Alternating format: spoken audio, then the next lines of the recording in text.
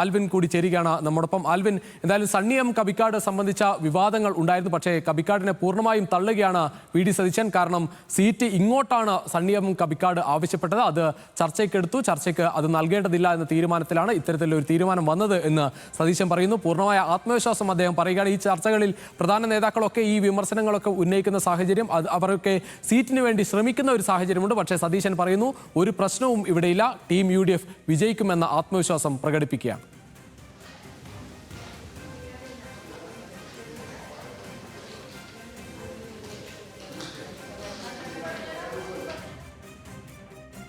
എന്തായാലും പ്രതിപക്ഷ നേതാവ് വലിയ ആത്മവിശ്വാസത്തിൽ തന്നെയാണ് അദ്ദേഹം വിശദീകരിച്ചത്. ഏറെ നേരം അദ്ദേഹം സംസാരിച്ചു. ഈ പല മാധ്യമങ്ങളും നൽകിയ വാർത്തകൾ, കഴിഞ്ഞ ദിവസം സീറ്റ് വിഭജനവുമായി ബന്ധപ്പെട്ട് നൽകിയ എല്ലാ വാർത്തകളെയും അദ്ദേഹം തള്ളുകയാണ്. എന്തായാലും യാതൊരു പ്രശ്നവും കോൺഗ്രസിലില്ല. സീറ്റ് വിഭജനം പൂർത്തിയായി.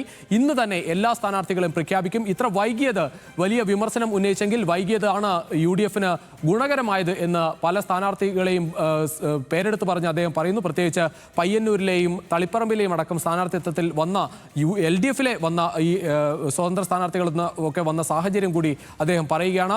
ആൽവിൻ ചേരുകയാണ് കൂടുതൽ വിവരങ്ങളുമായി. ആൽവിൻ, എന്തായാലും പ്രതിപക്ഷ നേതാവ് വലിയ ആത്മവിശ്വാസത്തിലാണ്. അദ്ദേഹം നേരത്തെ പറഞ്ഞതുപോലെ തന്നെ 3 അക്ക സംഖ്യയിലേക്ക് പോകുന്ന തരത്തിലേക്ക് ആ സ്ഥാനാർത്ഥി പ്രഖ്യാപനം വരികയാണ്. ഇന്ന് തന്നെ കോൺഗ്രസിന്റെ എല്ലാ സ്ഥാനാർത്ഥികളെയും പ്രഖ്യാപിക്കും എന്നുകൂടി പ്രതിപക്ഷ നേതാവ് പറയുകയാണ്. കഴിഞ്ഞ ദിവസങ്ങളിൽ രുചിഷ് നമ്മൾ കണ്ടതുപോലെ തന്നെ വി ഡി സതീശൻ്റെ പിരിമുറുക്കം അദ്ദേഹത്തിൻ്റെ മുഖത്ത് ഇന്ന് കാണാനില്ല എന്നുള്ളത് ഏറ്റവും ശ്രദ്ധേയമാണ്.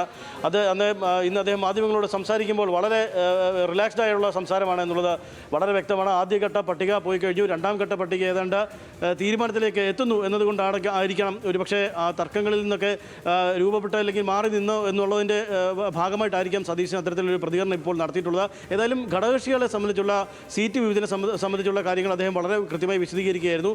കഴിഞ്ഞ ദിവസങ്ങളിലൊക്കെ വളരെ വിശദമായ ചർച്ചകൾ ഇവരുമായൊക്കെ നടത്തിയതിൻ്റെ അടിസ്ഥാനത്തിലാണ് അത്തരത്തിൽ സീറ്റ് വിഭജനം ഉണ്ടാകുന്നത്. ആ ഘട്ടത്തിൽ അതിനുവേണ്ട സമയമെടുത്തതാണ് ഈ ഇതിലൊക്കെ അനാവശ്യമായ മാധ്യമങ്ങൾ അതിന് ചർച്ച വഴിയൊരുക്കി എന്നുള്ളതാണ് അദ്ദേഹത്തിൻ്റെ ഒരു വാദമായി അദ്ദേഹം പറയുന്നത്. പക്ഷേ അതിൽ ചർച്ചകൾ എല്ലാ തരത്തിലും എല്ലാ മുന്നണിയിലെ എല്ലാ പാർട്ടികളുമായും കൃത്യമായ ചർച്ചകൾ നടത്തി അവരുമായി കമ്മ്യൂണിക്കേഷൻസ് നടത്തിയ ശേഷമാണ് ഇത്തരത്തിൽ പ്രഖ്യാപനം നടത്തുന്നത്. ഇന്നലെ തന്നെ മുസ്ലിം ലീഗും അതോടൊപ്പം തന്നെ കേരള കോൺഗ്രസ് ജോസഫ് അടക്കമുള്ള സ്ഥാനാർത്ഥികൾ കോൺഗ്രസിൻ്റെ ആദ്യഘട്ട പട്ടിക വന്നപ്പോൾ അവരുടെ പട്ടികയും പുറത്തിറക്കുന്ന സാഹചര്യമുണ്ടായി. ഇപ്പോൾ പറയുന്നത് 27 സീറ്റിലാണ് ലീഗ് മത്സരിക്കുക. അതിൽ 2 സീറ്റ് കൂടി ഇനി ലീഗ് പ്രഖ്യാപിക്കാനുണ്ട്. അതേസമയം ജോസഫ് ഗ്രൂപ്പ് 2 സീറ്റ് വിട്ടു നൽകി. അത് അവരുമായി നടത്തിയ ചർച്ചയെ ഉപേക്ഷിച്ച ചർച്ചയിൽ വളരെ വിജയം ഉണ്ടായതുകൊണ്ടാണ് അത്തരത്തിൽ അവർ 2 സീറ്റ് വിട്ടു നൽകാൻ പ്രത്യേകിച്ച് എടുത്തു പറയുന്നത് ഇത്തവണത്തേക്ക് അവർ 2 സീറ്റ് വിട്ടു നൽകിയെന്നാണ് സതീശൻ എടുത്തു പറയുന്നത്. അതിൽ ഏറ്റവും ശ്രദ്ധേയമായ കാര്യം ഇതുതന്നെയാണ്.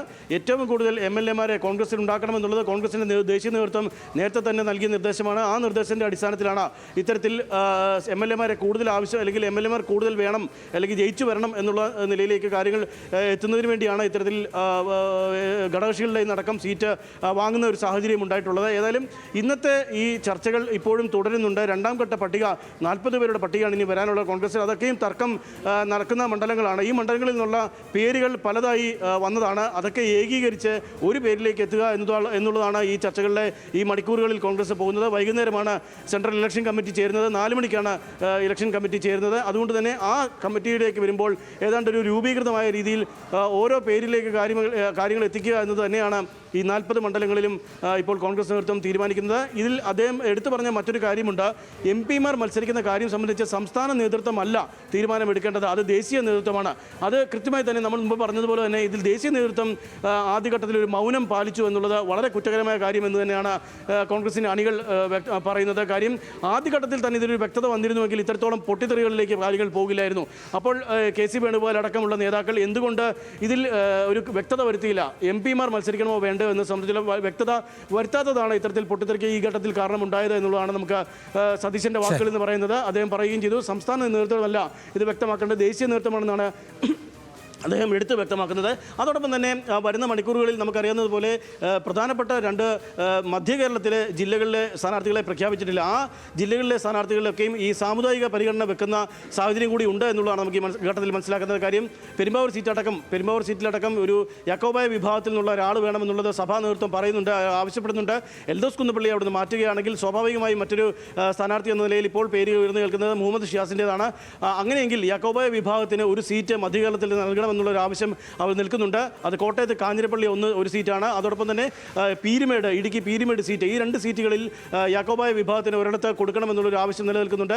അത്തരമുള്ള സാമുദായിക ചർച്ചകളുമൊക്കെ ഇതിനകത്ത് നടക്കുന്നുണ്ട് ഈ ഘട്ടത്തിൽ, ഈ മണിക്കൂറുകളിൽ എന്ന് വേണം നമുക്ക് മനസ്സിലാക്കാൻ.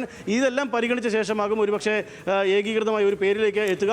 അപ്പോഴും തീർച്ചയായും ഏകീകൃതമായ പേരിലേക്ക് എത്തുമോ എന്നത് അറിയാൻ ഇനി 4 മണിക്കൂർ മാത്രമാണ് ബാക്കിയുള്ളത്. ഇന്ന് വൈകിട്ട് 4 മണിക്ക് നിർണായകമായ യോഗത്തിന് ശേഷം ആ പ്രഖ്യാപനം ഉണ്ടാകും. എന്തായാലും ഇനിയും പ്രഖ്യാപിക്കാനുള്ളത് 40 സീറ്റുകളാണ്. അതിൽ തന്നെ ചില സീറ്റുകൾ സ്വതന്ത്രന്മാരാകും എന്ന കാര്യത്തിൽ ഉറപ്പാണ്. ആ പിന്തുണ ഉൾപ്പെടെയുള്ള കാര്യങ്ങളിലൊക്കെ വ്യക്തത വരേണ്ടതുമുണ്ട്.